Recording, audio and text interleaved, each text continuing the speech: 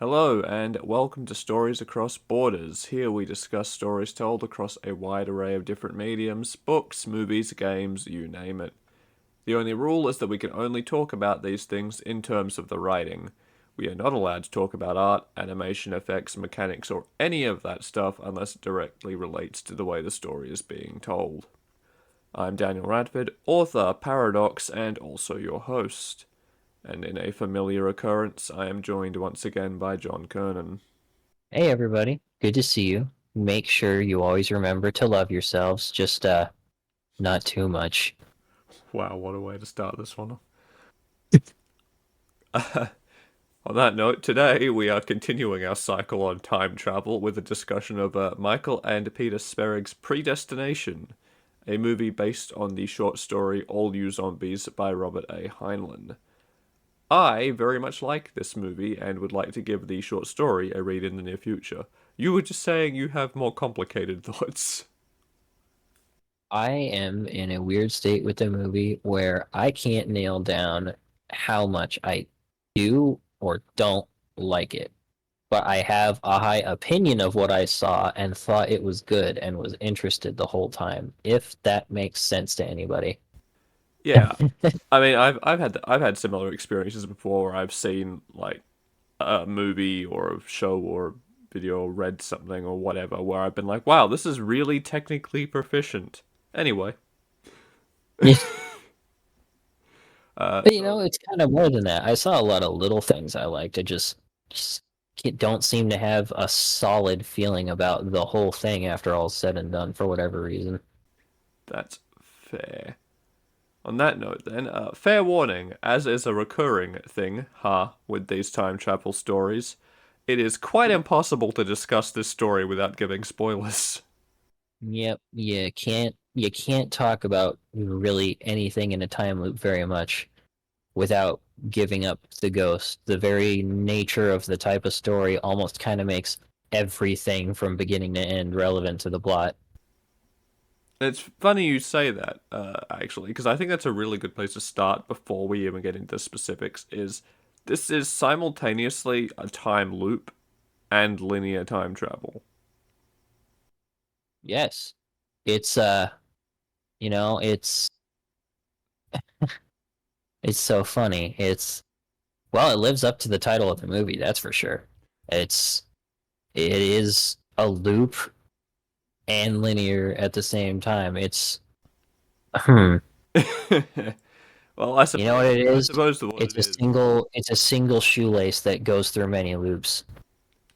Yeah, kind of. It's like the loop in it isn't a loop by nature of being a loop. The loop is manufactured by the characters in the story within a linear timeline. Yes. As good thing we already gave the spoiler warning because I'm just going to go ahead and say now, as the title implies, and we are actually told, although for a very different reason than we think at first, very early on in the story, even with time travel, there are certain events that you can't change. The only thing you can possibly do is cause them to happen for a different reason. Or the exact same reason all along, which you couldn't have understood without the context of what you did to try to change it. Yeah. Which is already a lot, really, to break down. So let's just get into this, and we can go through a brief summary of the plot and see where that takes us. So Oh boy. we open the story with a scene of a guy getting set on fire. Yep. Uh, Very first thing that happens, he gets nice and crispy. we then see that he goes through some rehabilitation at his sort of agency because, oh yeah, by the way, he's basically a time traveling cop. His job is to basically go back into a time period and prevent an atrocity from happening before it happens. So Yeah. that's his job. He got set on fire as a part of that job, not on purpose, sort of. Now that we mentioned the agency, I'm actually kind of wondering if they were at least a partial inspiration for I'm forgetting what they're called, but the agency in Loki, the show, Oh, maybe. because there's a lot of overlap there in structure and purpose and all that. Just obviously very different results because different doctrine and Loki got a mischief. You know, he does mischievous things sometimes. uh, But yeah, no, like that's a good point. I unfortunately I'm probably gonna say this a lot, but even though nobody could possibly tell us why, really, he was in fact supposed to be burnt all over his face like this. yep. Really, it's his own fault. You could say he did it to himself. So he goes through his rehabilitation, goes through a lot of plastic surgery, gets his new face effectively. Plastic surgery that I'm now actually less sure of the purpose of than when I first watched. When I first watched, I just told myself like, "Oh, I get the vibe that they do this before every mission. They give him like the exact face he needs for the mission." And like now that it ended, I'm like, "Oh, maybe his face just needed to be rebuilt." Yeah, I would suggest it was something like that. Oh, good. There's the patented chair creaks. Oh no, was that mine or yours? That was mine. Oh man, stupid chairs. Anyway, yeah. So he gets that done, and he's basically told, "Okay, this is important. It is just as important as your very first mission, your final mission before you have to be decommissioned. Before we leave you in a timeline, and you have to just stay there and live out a normal life." And we don't get very much context what that is, other than it's possibly something to do with this fizzle bomber, who is also the person responsible for setting this guy on fire in the first place. It's the one person that he's never been able to catch effectively. Yep, the one that got away and the most famous one. He just no matter what they do, he seems to always wriggle out of their hands somehow. And it seems it seems uncanny. Like they should have everything they need to catch him, but he always seems to get away, and not just because he might know more about time travel and what they're doing than he should, because that part's pretty predictable. I'm pretty sure they know it themselves, and yet they never seem to be able to catch him anyways. So with that in mind, he gets dressed up for the 70s. Yeah, literally, it's like Magnum PI cosplay almost. And yeets himself through time to a job as a bartender in the 70s, where late night this dude walks in, sits at the bar, and we enter a bit of a cliche for a moment, actually for quite a sizable chunk of the movie, but you don't really end up caring about that because it's so well done. Where the bartender, our agent, starts talking to this guy about his history. It basically says, "Okay, go on. Tell me what's so horrible about your life. Surprise me. I bet I've heard it before."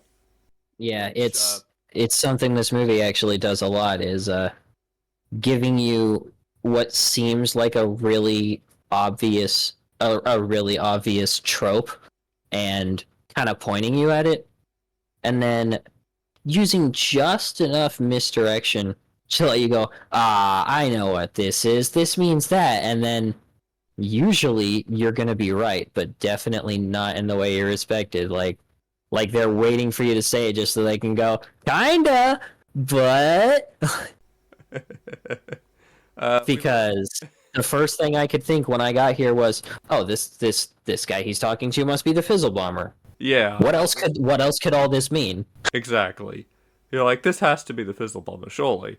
And then we get into this guy's Well, life story, and it's like, like maybe you're right, but sit and listen a minute and find some things out. yeah. Yeah, I watched it with someone this time, and about after like 10 minutes in, I'm like, yeah, remember how this was a movie about a bombing? Remember how this was a movie about time cop shenanigans and stopping atrocities? Well, Get ready for this. So, when this guy was born a little girl, that's a thing. Yeah, no, that's actually something they do really well that I like because that's one of the things that actually made me make the closest to a wrong prediction I made, although it was still in a way right. Was as soon as he goes like, "When I was a little girl," and the bartender goes, "What?" I went, "Oh, cool. I can kind of see it in. I feel like I can kind of see it in the face. This person must have transitioned at some point. This guy is a trans man, and just like with my other prediction, yes, but sit and listen a minute." uh, yes, as a little girl, he was abandoned at an orphanage where he was very good at Kind of everything. kind of everything except dealing with other people, which made Yeah, everything except socializing. which made him uh pretty much impossible to adopt. So he goes through the entirety of his life to graduation, basically. It again then gets picked up by an agency like a Space Corp, I think it's called. They called it. Yeah, Space Corp, the most believable and real government agency name ever. Um, and they are studying and doing the wonderful, very inclusive and progressive act of training women to be astronauts because everybody knows women astronauts, what, that's crazy. What if you got into space and your uterus exploded? Ridiculous. Unfortunately, they're So, also training them to be meat for the male astronauts. oh my god, I forgot it. Did I miss that? I totally didn't even notice that. Oh my god, that makes sense though. Ew. Yeah, not great, not great. That Anyway, would explain why they were all more than just good specimens in the way that they're fit. I see. They were going for something there. Gross. yeah. Uh, anyway, he then a she uh, gets into a fight with someone. Not their fault. They were defending themselves. Didn't matter. Following the full physical that came after that Unfortunately, they was won the fight and they won it too good. yeah, got a full physical and then got let go. Their boss was like, "Well, we're gonna see what we can do about this," but ended up working some odd jobs. Yes, very very unfulfilling and annoying jobs, mostly essentially being like a maid Yeah, for hire, a low paid maid for hire, but it brought uh it brought our little Jane Doe to her to one of her few great passions in life, stories, but not just any stories, dramatic, lovely little magazine fodder, lady drama stories. The kind people go into with really hammy pen names, which is where we get the wonderful pen name you never expect a man to have, especially not if he's serious, unmarried mother. which helps pay her way through an education into like university, where she meets a dude who is enraptured with her and completely on the same page with her. The first person ever to be on the same page as her like this. Yeah, he seems to just get her on every level, in every way. We're also very conspicuously not allowed to see his face or hear his voice, which was another moment where they fucked me up on a prediction right away. Because one of the other predictions I made when we got here was I was like, okay, well, if this guy's not trans, then he's doing one of those things where he's actually telling his story mostly through someone else's perspective in the first person. So maybe he's not even that Jane Doe. Maybe he's the guy she's falling for, and that's why we don't get to see his face. And it's another case in this movie of, well, you're gonna have to sit and find out because whoa, you're in for a ride, buddy. Uh, yep, they get along famously, become a couple. Everything seems to be perfect And then until gets up and walks suddenly away. the dude literally just says, "Hold on, I'll be right back."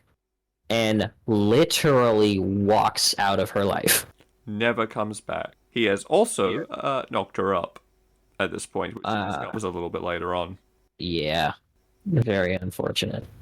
She gives birth to a healthy baby in a hospital. Unfortunately, the birth giving process is not super healthy for her because it turns out that she is intersex. Yes, this person turns out to actually have both pairs, or both sets of organs and both kinds of genitals. Just all this time, the female ones were heavily dominant to the point where she didn't even know. And unfortunately, for plot reasons, I guess, the end result of that was that the reconstruction that happened had to be with the male set.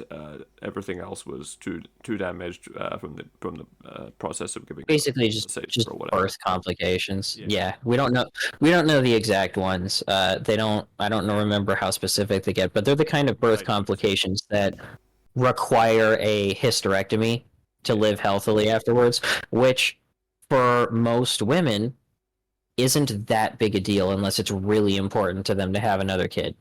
Most people, the only real consequence of a hysterectomy is you're not going to have periods anymore. You can't have kids. But well, This you can't person. carry a child and give birth. But for somebody who has a set of male organs right there, just kind of waiting for their chance to take center stage, they do. So they get this reconstruction done, end up living as a man, which naturally they're not thrilled about. Yeah, it apparently it is a real thing that happens sometimes, at least from what I was told when I was surprised by that. But, I never thought of the idea before of somebody transitioning out of necessity and not by choice. Yeah, I mean, I imagine it'd have to mess you up a bit, right? Because I mean, dysmorphia is such a real thing for trans people. I mean, it's And it's exactly the already same so thing. hard on everybody. And like if that's not how you were to begin with, you lived a whole life, grew up to be an adult feeling like you were what you were supposed to be and like you were in the right body, only to literally have your body taken away from you and changed into something else. Yeah.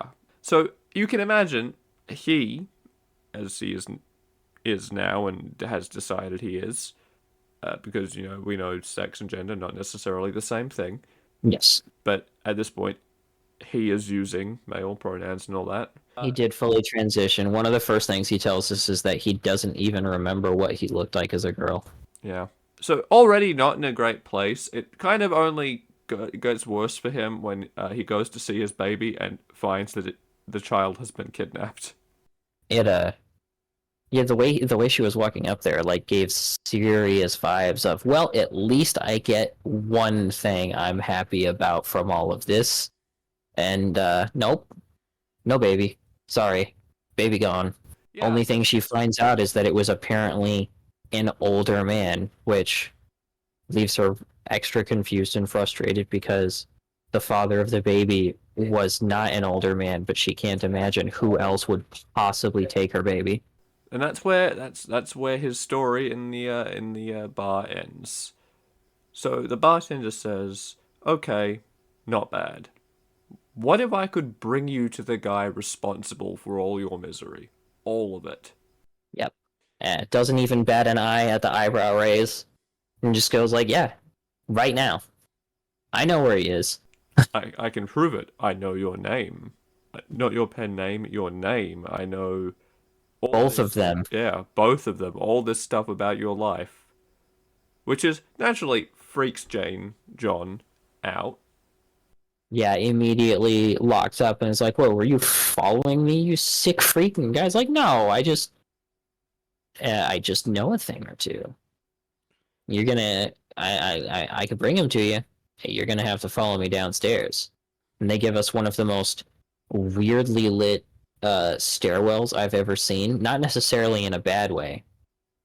Just I was like staring at that stairwell and the bright golden light completely eclipsing everything inside of it, like the moment it was on screen. I didn't even notice. they did it in that like that old school like PI movie way where it the light looks like it's filtering through a mist inside almost, I wonder if except they did it on purpose to like contribute to that sort of retro feel. maybe because usually when older movies do that, they're just it's a white light and like kind of white mist. But this, they were doing the same trick, but with like sunlight filtering into the building, so it created this like bright golden, almost misty look. But for some reason, it was only in that one stairwell, which is partially why I was just like staring at it until they finally came out of it, and then I came out of it and went, "Whoa, that is okay." Anyway, the story stuff. So Yes, sorry. no, you're good, you're good. So he pulls out what looks like a like a instruments case, starts flicking some buttons on it, and goes, right, yeah, we're gonna basically just says, okay, we're going through time now. Close your eyes. What? And takes John, formerly Jane, with him to a different time period. The time period where the man, or where she will learn who the man that ruined her life is. You know, they appropriately change attire to suit the new time period, and the agent takes John out to back to the university. Says, right, he's gonna be here. Just go wait over there, and I'll get out your way. Worth noting, has given John a gun at this point. Yeah, I mean, what's the big deal? They can time travel. They can just leave after killing this guy, this nobody we don't know, this John Doe. Ha. So John goes off to do a bit of murder, and as he's waiting for his soon to be victim, a young woman bumps into him. A young woman we've seen before, and she says something we've heard before. Oh, He I'm gives her very a line sorry. we've been told about before. And suddenly it all becomes clear because the lady we are looking at that he just bumped into is Jane, the woman he used to be. uh, And then then you instantly realize why the movie kept playing the song I'm My Own Grandpa. Except no, you haven't actually realized it yet. There's more. that there is. Uh, so whilst John is now playing through one of his life's tragedies from a completely different from the other perspective, we cut back to the agent who does some more time jumping. Oh yeah. I forgot before I get too far. This was another moment in the movie where something I said or brought up earlier as a joke or a prediction. I when the whole transition thing happened and they talked about him having a fully functioning set of male organs, including like becoming virile and capable of impregnating a woman, I went, oh, so he could totally, if he wanted to, end up going through the parenting and the birth process from both sides. And then we got here, and I went, oh, that's not how I wanted to be, right? So we follow the agent to the very first scene of the movie from a different perspective, where we watch him pull a gun and start shooting at someone as they work on a bomb, or something like, or seemingly we working go, on a bomb. we go, oh, that's got to be the Fizzle Bomber, and good struggle until our boy gets his ass whooped. Yeah.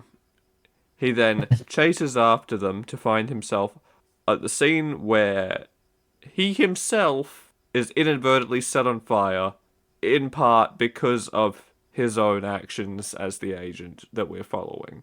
We see it happen in almost the same way, except there's also a weird part of even now when it actually happened from a different perspective, we didn't see him get set on fire, and we heard a lot of gunshots that were happening off camera when he got set on fire. Yeah, we find him set on fire.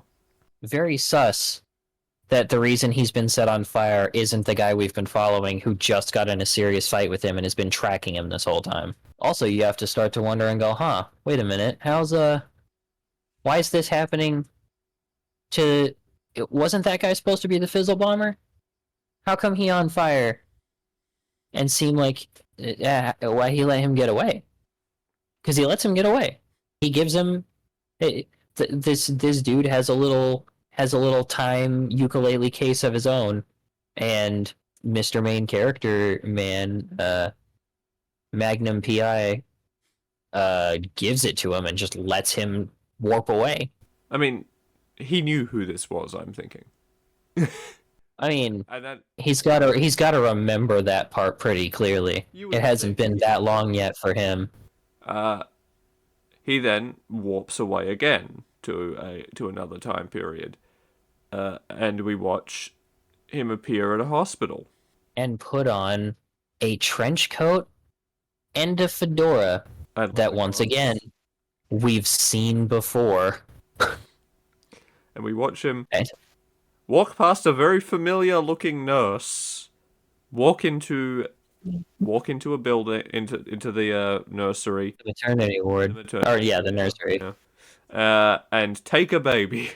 And weirdly he's weirdly gentle and familiar with the baby, which is weird because we now know the whole baby's origins, so why he being like that? We are immediately told why, because we watch him make one more jump. And then we see one more thing we've already seen before, a baby in a little carriage being brought to the door of a familiar orphanage. But that's not the surprising part. We could all see that bit coming the second he goes to grab the baby. You know, but the real stinger they do to put a pin on the moment, if you hadn't figured it out yet by then, is when he pats the baby's little face and says, "There you are, Jane." Yeah, So says a bunch of encouraging stuff about how she's gonna go through hell, but do some amazing things, and then leaves. yeah, so I guess it's not enough that that that John is his own former abandonment lover. He's also the father and mother of his own child and himself, herself, themself, both. Yeah, the agent, John, Jane, all the same person. A living time paradox. And then we get to, honestly, a kind of weirdly heartbreaking part of the movie. Because he then goes back to where he's left John, the writer, who notices him and says to Jane, "Just You're wait ready right now." there. I'll be right back." Yeah, we knew that part was coming, but now we finally get the context for why as John walks back to our main character man. Yeah, is pissed about this. Pulls the gun On him. Points it right at him, and a guy essentially sits down and says, I know, but this is how it was supposed to happen. This is how it always happened. You've been through it already, but now you understand, and now you're ready. Which means maybe you're ready to know who I am, too. And we could take a guess at this moment. I'll admit, even though I predicted it before we got there in the end, my very, very first thought right at this moment was not the correct guess. But it's not that long before we get an answer. We just don't get it right this second. We jump ahead a little bit to John being brought to the time agency, where we get to see Mr. Robertson, the guy who seemed to be planning to recruit Jane for this very agency earlier in the movie before she got preggers, which is a no-no for being an agent. Yep, you are not allowed to have any attachments to your own history or your own future or anything like that. I didn't realize at first, but he was being quite literal when he said you cannot have a family line, basically. Pretty pretty convenient also that the person who was being scouted for the agency and then had a baby had their baby stolen by somebody who's in the agency. We're given reason to suspect that there's deeper reasons, but it's only just now that I looked at it and went, oh, yeah. Also, it was a member of the agency that stole the baby and brought the baby where she was supposed to be. uh, as they say, you are born into that job. It's a very Yeah, rare thing to be a living paradox, but you are the only ones who can safely jump through time, which does like so often basically, which does imply that Robinson may also be a paradox. yeah. It would appear that the reason they're so special and such a big deal. I don't. The movie absolutely does not explicitly say it. They're extremely show don't tell on the mechanics of time travel in this world. They tell us very little about it besides the direct, explicit instructions the main character gives himself. And weirdly enough, at the same time, John Doe on a recording. Other than that, they tell us almost nothing about the mechanics of it, but they show us a lot that implies a lot. And one of the things that seems to be heavily implied is that the only people who actually can time travel without screwing everything up is people who are time paradoxes or are at least caught in a time paradox for how they exist, because that means they don't properly exist in the flow of time to begin with. Which is a really interesting way of doing it, yeah. Also, one other rule we are explicitly told, you cannot time travel to before the invention of time travel. That I liked. Time travel is only possible within the stream of time where time travel already exists. Well, not exactly. There is a window Well, before and after. yes, that's true, Of and like and 20 years, I think. Give or and take. and they also told us technically you could try to time travel before time travel exists, but that you're almost guaranteed to fuck everything up and make a mess of the time stream, maybe even destroy it. So no, don't do that. Yeah. So we get John left in the time agency to begin his wonderful new career. A horrible, lonely, tragic, but ultimately beneficial career, and we follow John, the agent, the bartender, as he is decommissioned, in theory, for one last job. He gets given a folder to sort of say, look, here's all you've done. Here's the information on the Fizzle Bomber. Because obviously I know why you're going back to the time period you've chosen, you fucker. I know why you're here, and I know where. So he goes back to this other time period, just before the worst bombing can happen. Contemplates just giving up being a writer, can't do it. Goes to a place where he knows the Fizzle Bomber will be, and finally catches him in a location. Just Finally. finds him sitting alone in the room, just hanging out, almost like he knew he'd show up. Because he did. Yep, he's been there before. He remembers. Uh, Because, you face to know, face with an older version of himself. hey, I was, and I should say we were all, because I'm sure everybody called it out. We were good news. We were all right about Mr. John Doe being the Fizzle Bomber, but what we didn't realize at the time is He also is a Mr. kid.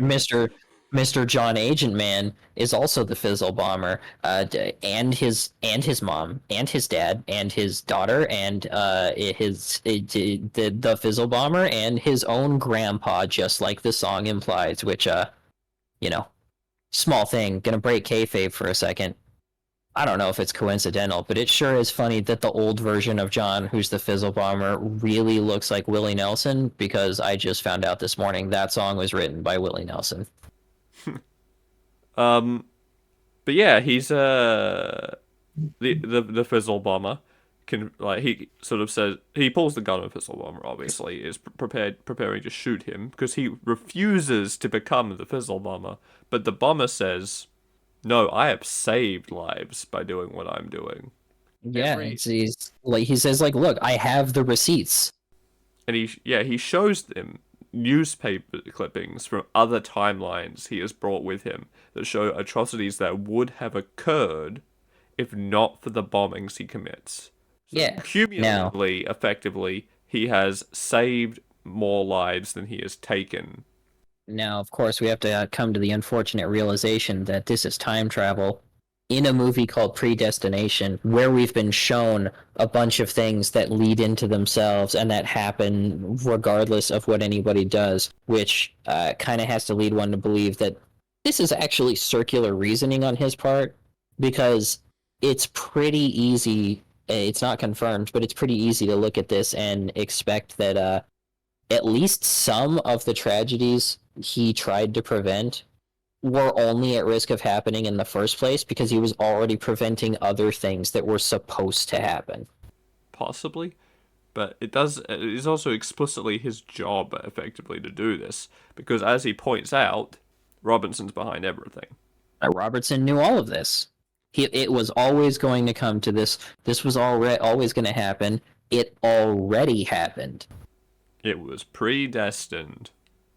And now we've reached our final destination, our predestination. And what closes the loop? Agent John has to kill Fizzlebomber John, because then he will become him. And Fizzlebomber says, you can stop it. You can break the loop by letting me live and letting me keep doing what I'm doing myself, and then you could live whatever life you want. Yeah, the only way to stop the Fizzle Bomber from happening is to allow the Fizzle Bomber to live, except also that would create another time paradox. And can we handle that? Can a time paradox create another time paradox without causing problems? Well, we never find out because John shoots him. He does what he was always going to do.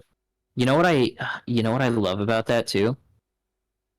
That the way that happens, that means that even though the time machine failed to decommission, Robertson wasn't lying when he said it would decommission once John reached his final destination, because he wasn't actually there yet. He still had more things he was supposed to do. He just didn't know it. And then the movie ends with no confirmation on what happens next, but it's very heavily implied that Fizzle John was correct. We just get to live with the knowledge that Robertson was literally the only side character in this movie other than background characters, and literally everybody else in the movie was John Doe and also Jane Doe. At the same time. All one person. And not the way Eddie Murphy does it. No. Yeah. So, that's the breakdown of the plot. With some, thoughts sprinkled in there. I really like how this movie does linear time travel. Me too. It's something I've always enjoyed, and you don't see very much. But I like the destiny slash self-fulfilling prophecy of time travel. I don't remember what the exact term is, because it's not just linear. This one is specifically a world where the time stream is Predestined. Fated, concrete, I guess. Like, there are technically, it's not 100% immutable. There are things that do just change from people time travel, but there are also events that are fate and are everybody try not to hear the elephant siren from from the what might be the best Spider-Man movie ever made, but a canon event that has to happen and will happen no matter what you do, to the point where if you try to change it, all you're going to do is cause it to happen a different way. Yeah. I usually hate the concept of destiny or predestined events in a story. Because it usually makes it feel as though the story was pointless. Yeah. But by making it the point of the story that everything is predestined like this, well, not everything, but certain things, it manages to avoid that completely. Yeah, it's a really interesting way to play with the concept. And yeah, exactly that. It's a very interesting way to deal with a problem. It's a very weird thought experiment almost, this movie. And I assume the story is based on. It's brilliant and bizarre. Yeah. Yeah, it's because it's ultimately the thing that closes the loop and sets everything in stone is that last moment where John shoots John. he has his one last little thought. He has one small last chance to close the loop if Or break the loop, rather. he decommissions and gets rid of his little time travel device himself. That's his last little chance he has after killing his future self. But that's the one thing we get from an otherwise cold closer is we see him look at it and not destroy it. To be fair, I don't know if he's actually using that as the fizzle bomber, right? Like, I think he's just going from that point onward as the fizzle bomber. It's it's possible, Because we know that but the worst bombing that happens is shortly after he shoots himself in the timeline. He specifically chose not that long before that bombing. well that's what makes me kind of wonder if he's coming back and he's time traveling. And besides that, if he wasn't, I'm not entirely sure why else he would call out the fact that the device failed to decommission, other than to point out to the relevancy that he still has it. I think that was just a signal that his work wasn't done yet, because that kind of prompted him to open the folder in the end.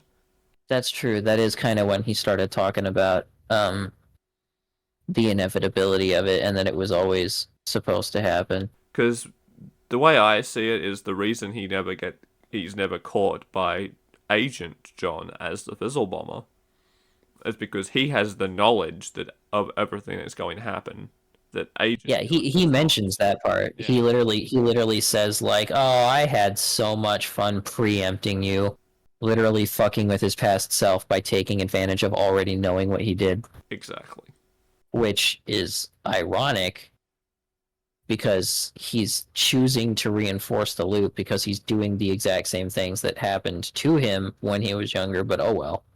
He's gone kind of kooky at this point. One of the things they tell us a lot is that too much jumping and jumping too many years can lead to mental instability and psychosis.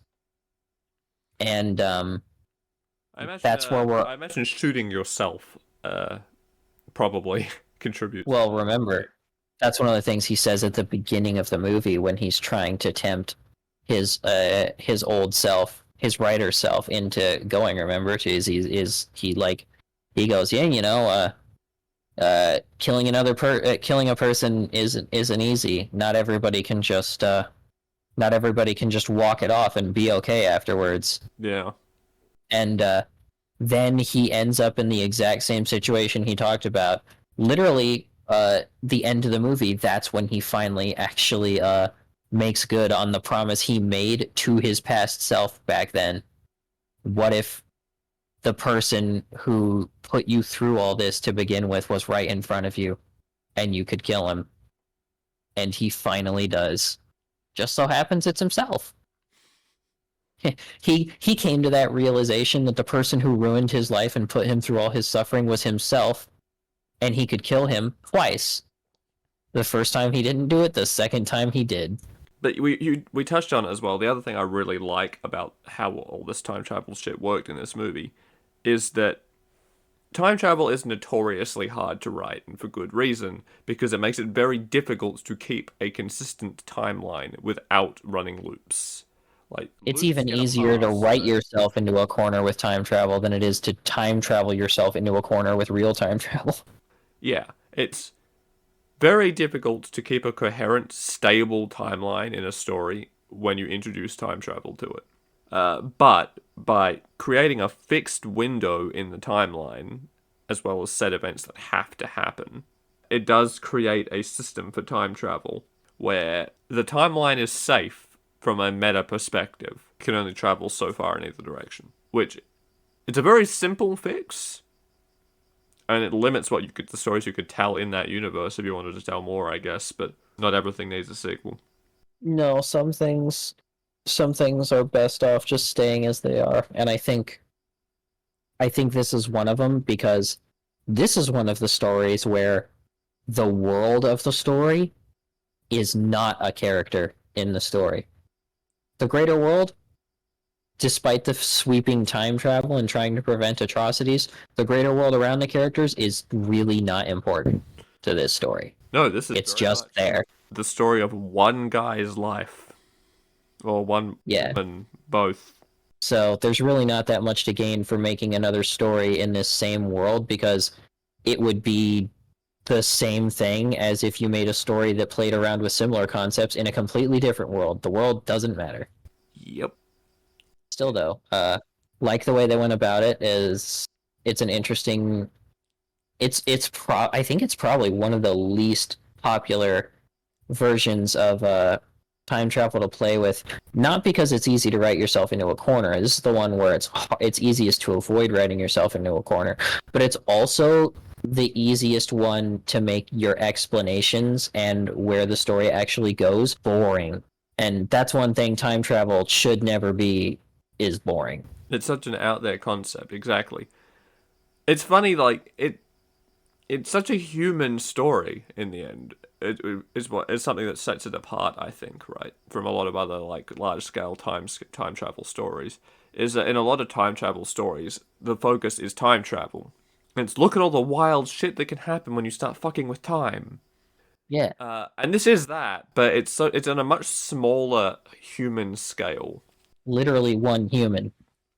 Look at all the different ways that partially because of time travel and fucking with the time stream, literally this one person can go.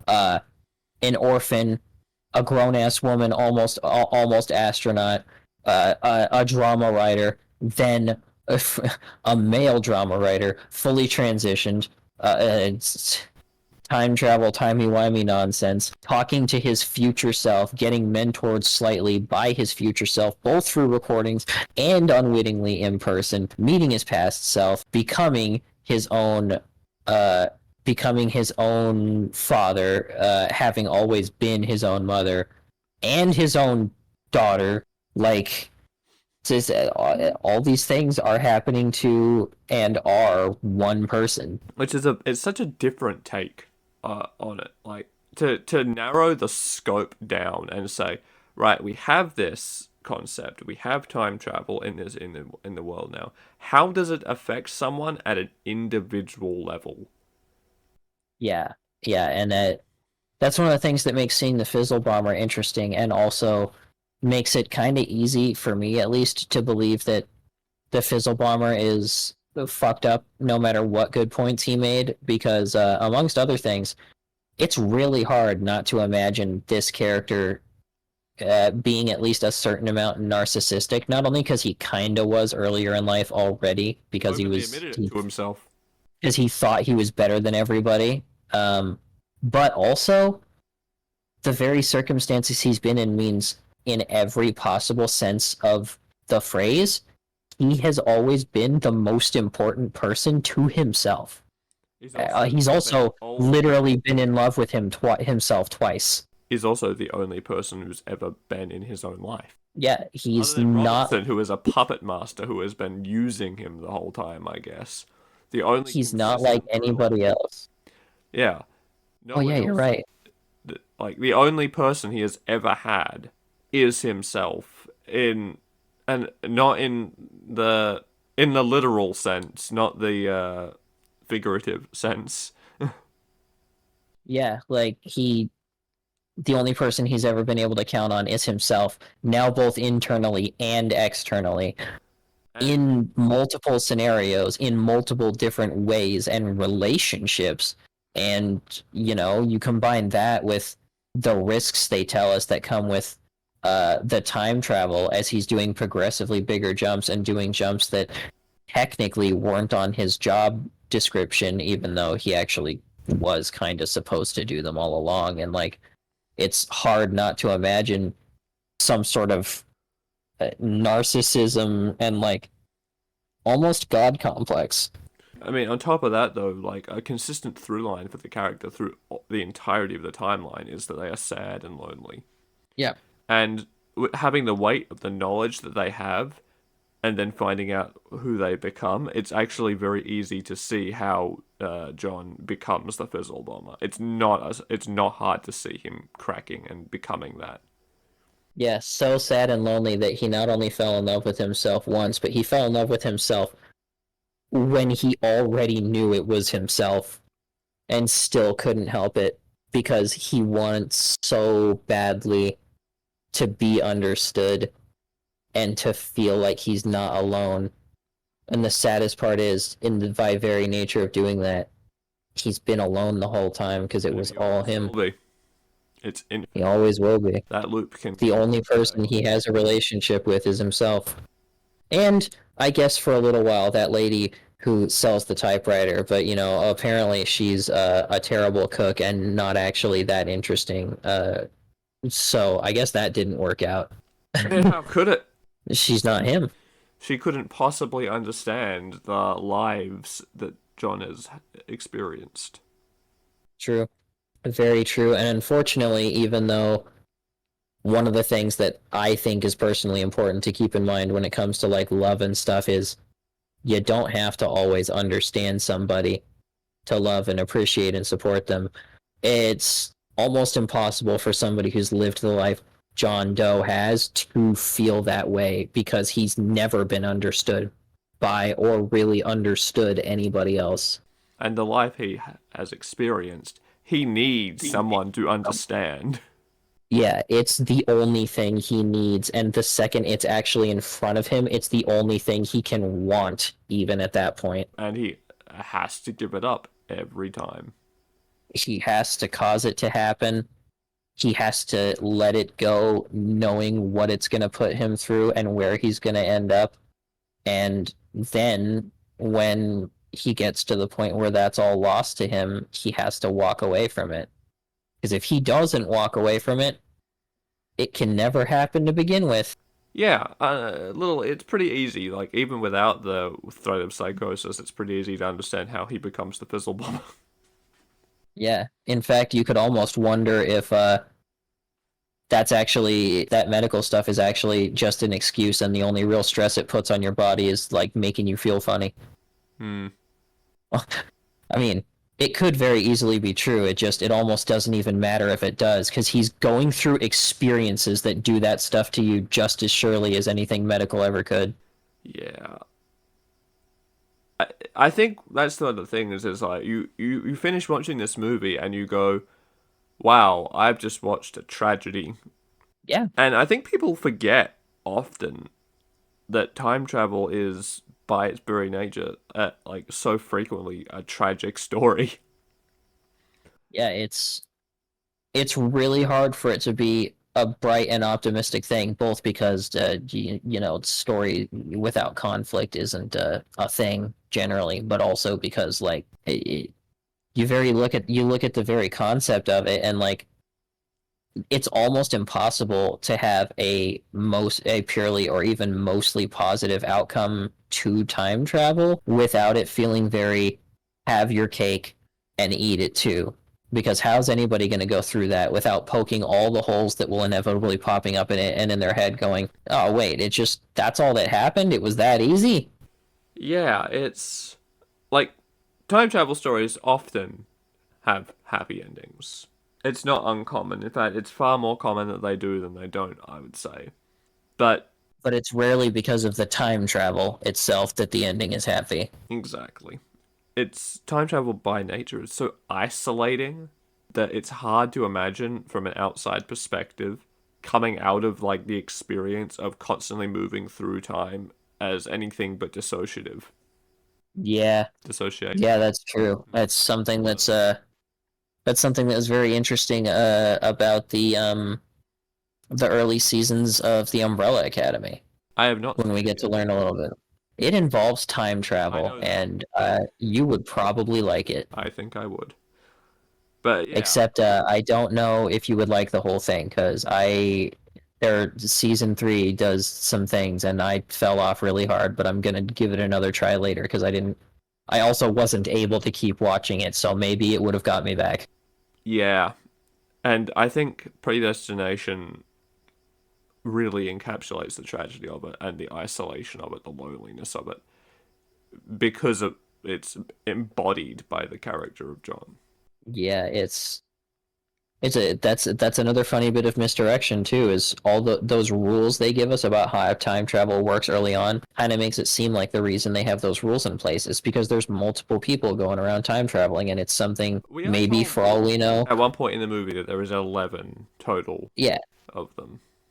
but it's just kind of funny because the way they first describe it almost could make you imagine that there's a bunch of people going around in time traveling, and you'd have to be like, wow, they have these rules in place to keep everything how it's supposed to be, and maybe they're actually working. And you have to be like, no, it's actually a really, really huge deal to be able to time travel at all. And also, look at all this stuff that happened. Maybe the reason the timeline's not falling apart and nothing is really changing despite all these time travelers is because it can't and it won't. Because they specifically only give the ability to people who are quotation marks born to have it. And and in the end, just like everybody else, they're only doing what they were always going to do, and nothing really changes. Yeah, it's a I don't want to say heavy movie, but in a lot of ways it is. It's a very poignant, and it gives you a lot to sort of. You kind of have to sit there for a minute afterwards and go, "Huh."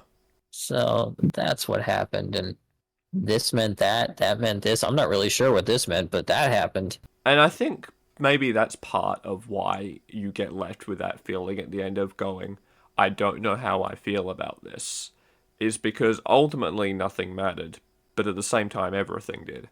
Yeah, it's a character study in kind of the truest sense. At the end of the day, it's it, it's a character study. And I said earlier that the world is not a character in the story, and that's true. But the world does have one bit of relevance to it, and that's that in the end, it's not the character, but the world that asks us the non-character driven philosophical questions that this story brings up.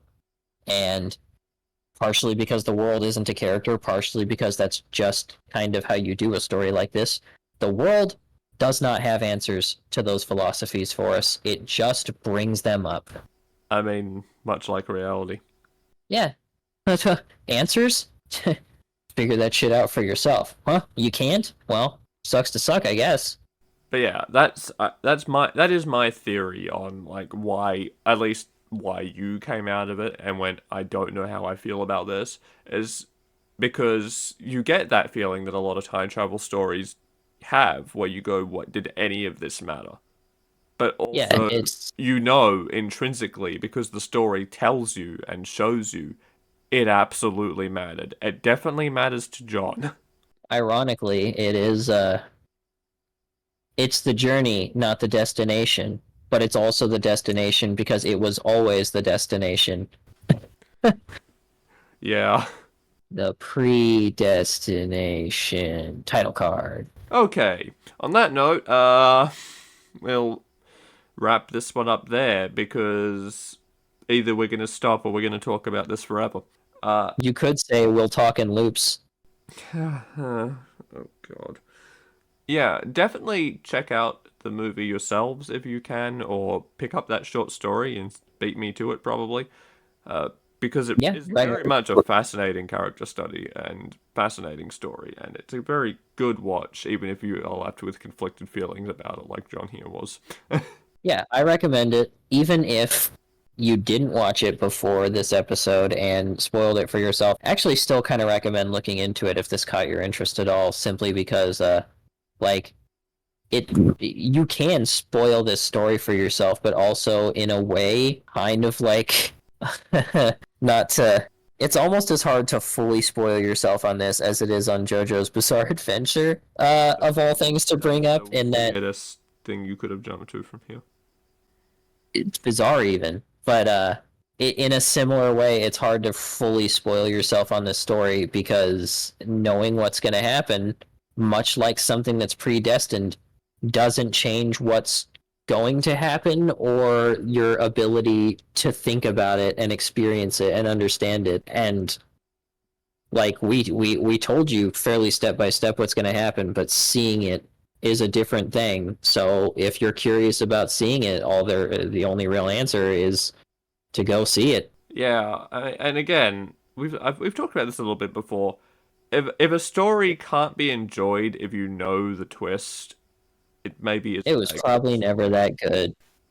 This story you can enjoy watching even when you know the twist. I speak from experience. I had seen it before I rewatched it for this episode. It's a it's very good, and even knowing that, even if you don't end up liking the story itself, you can still marvel at the technical proficiency in the writing and the filmmaking.